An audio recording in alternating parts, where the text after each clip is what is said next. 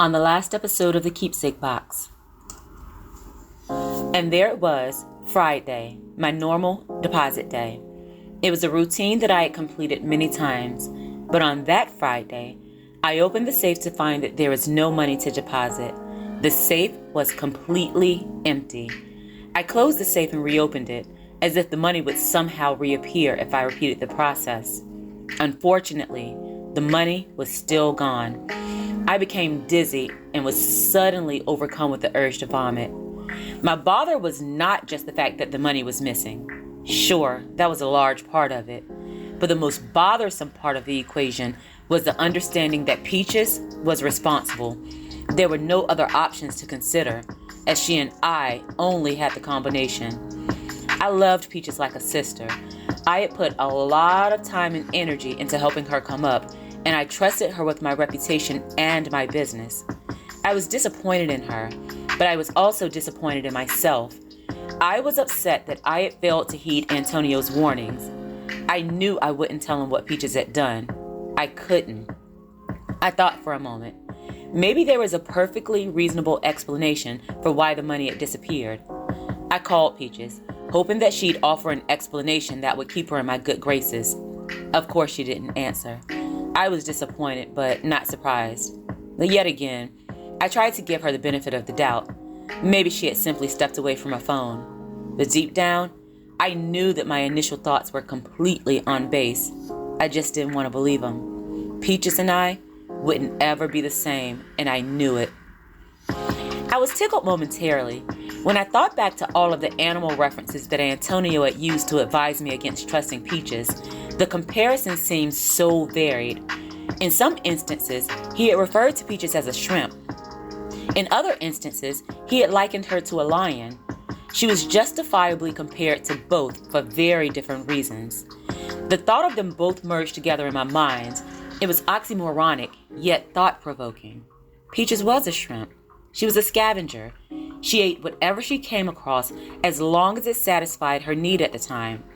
But Peaches was also a lion. She was a predator with an appetite that far surpassed that of other predators. There was something incredibly dangerous about a creature that was impartial enough to eat whatever was available and gluttonous enough to overindulge.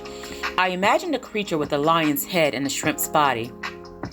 It seemed that the lion portion of the creature would eat so much that it would pop its little shrimp belly.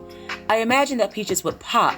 I imagined that all of the love, consideration, and money that I had invested would come seeping out. I too would be exuded from her little shrimp body, as Peaches had eaten me as well. Suddenly, the shrimp with the lion's head was quite frightening. Chapter 18, Breaking All the Rules. Narrated by Shandora Warren. Music by Epidemic Sound. My head was spinning. Listening to Cream's account of the events both helped and terrified me. Officially, Peaches and I couldn't ever be the same. First of all, Peaches started dating Sticks behind my back. Sticks, so named for his slim build, was one of our previous Point C boys. He was one of the connects that I fired at Angel's request. Per the rules, Sticks was strictly off limits, even though he didn't belong to us anymore. Yes, I broke rule number 1, but that was different. Mixing business with pleasure had been beneficial to me in every way. It had been beneficial to Peaches as well. My dealings with Angel had catapulted our business to an immeasurable degree. And if I have to be honest, I was in charge. There are people who make the rules, and there are people who have to follow them. It was obvious that our decision-making processes were completely different. That's what made it okay for me and not okay for Peaches. She didn't know how to properly break the rules. Not only did Peaches break the rules, but she also moved down the food chain. I couldn't understand why she chose to get involved with someone who was beneath her. The goal was to be in the good graces of the Point A people, as they were the ones with the status. Peaches risked it all for someone who couldn't even help her advance. Sticks was a dope boy, no more, no less. Making matters worse, he always looked a little dirty. I gave Peaches more credit than that. She was very well put together and a meticulous cleaner.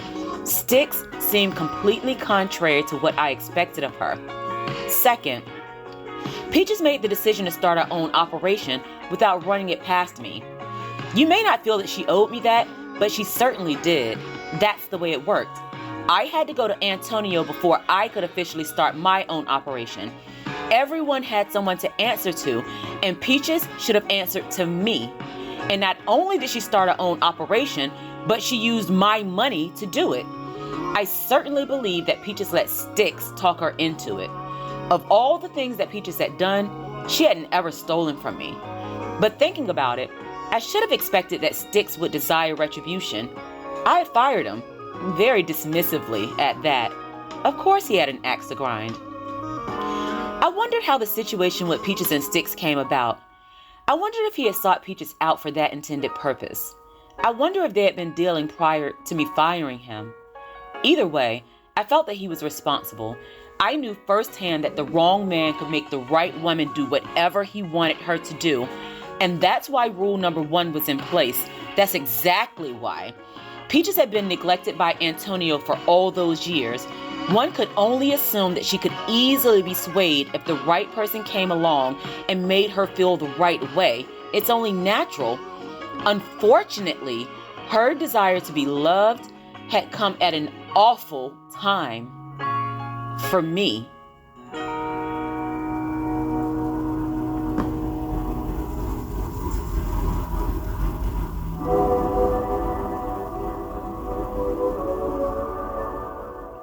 Cream didn't know if it was the first time that Peaches had stepped out or if something had just gone wrong that time. She couldn't trace the situation back to the beginning. At any rate, it was obvious that Peaches and Sticks had used my money to branch out on their own. But because Angel, my point A, would obviously have tipped me off, Peaches decided to reach out to another point A who was not connected on our approved list, breaking rule number 3. Also breaking rule number 3, Peaches decided to sell to a point C, completely unaware that he was connected to Antonio.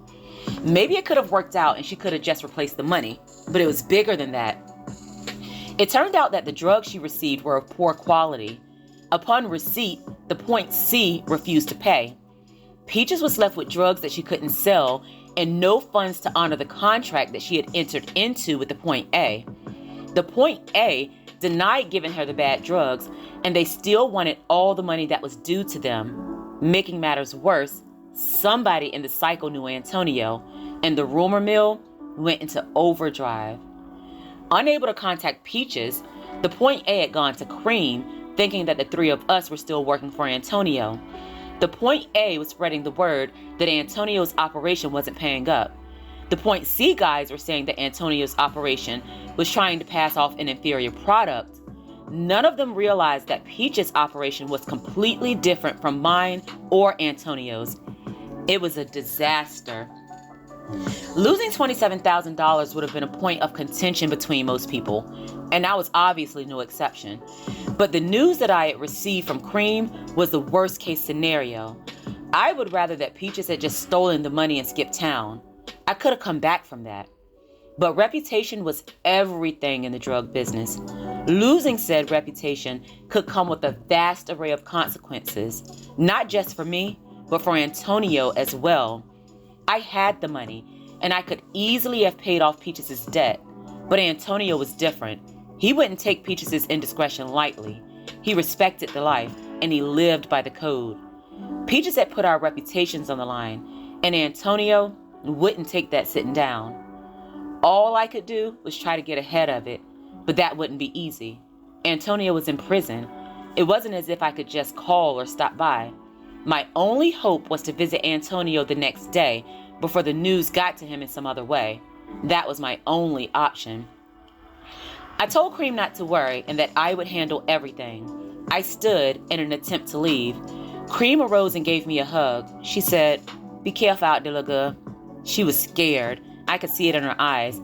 Seeing Cream so worried was frightening to me. Cream was always confident and self-assured. She ain't take a lot of mess. If she was worried, it was with legitimate reasoning. I left Cream's apartment with the understanding that I had to fix something that I hadn't broken, and I didn't even know where to start. I sat for a minute, trying to digest everything that I had been fed. In that moment, none of it was worth it. I wish I hadn't trusted Peaches. I wish I hadn't started my own operation. I wish I hadn't agreed to take over Antonio's business. I wish I hadn't ever met Antonio. I went down the list of regrets, but none of them compared to what was to come. Just as I was pulling out of the apartment complex, my cell phone rang. It was Cream, telling me that Antonio's club and Sharon's salon had both been burned to the ground.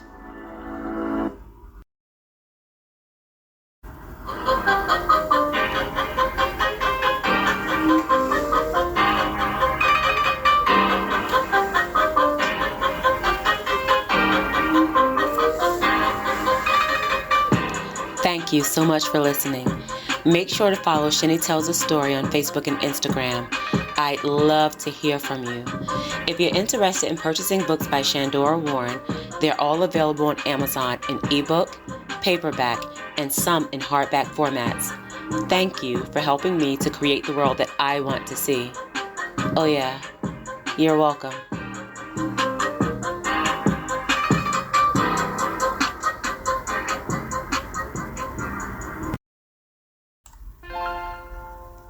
Shine, little girl.